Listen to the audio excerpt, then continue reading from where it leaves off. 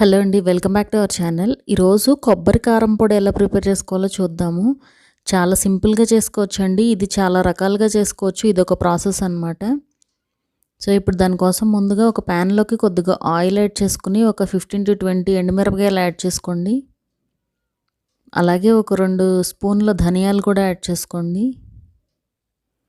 Add చేసుకుని ఒక్కసారి ఇలా మిక్స్ చేసుకోండి. ఎండుమిరపకాయలు ఈజీగానే ఫ్రై అయిపోతాయి కదా. సో కరివేపాకు కూడా యాడ్ చేసేసుకోండి. ఇప్పుడు 3 కలిపి ఫ్రై అవుతాయి. ఒక 5 minutes పాటు లో ఫ్లేమ్లో ఇలా ఫ్రై చేసుకుంటూ ఉండండి. మంచి వాసన వస్తూ ఉంటాయండి. అండ్ అలాగే కలర్ చేంజ్ అవుతాయి ఎండుమిరపకాయలు. సో అప్పటి వరకు ఫ్రై చేసుకోండి.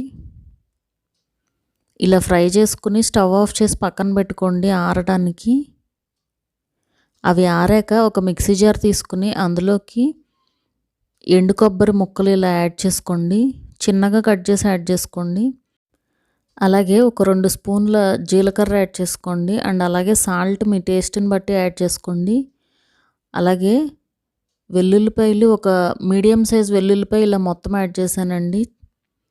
అండ్ అలాగే మనం ఫ్రై చేసి పెట్టుకున్న ఎండుమిరపకాయలు కూడా యాడ్ చేసుకోండి. అలాగే కొద్దిగా చింతపండు యాడ్ చేయండి.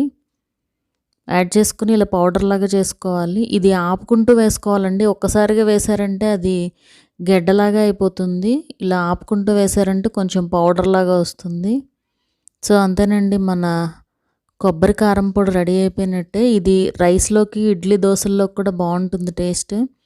ఒకసారి అయితే ట్రై చేయండి తప్పకుండా. మా వీడియో కనుక మీకు నచ్చినట్లయితే సబ్స్క్రైబ్ చేసుకోండి. అలాగే ఆ పక్కన ఉండే బెల్ ఐకాన్ కూడా క్లిక్ చేయండి. సో దట్ మా అప్డేట్స్ అన్నీ మీకు వస్తూ ఉంటాయి.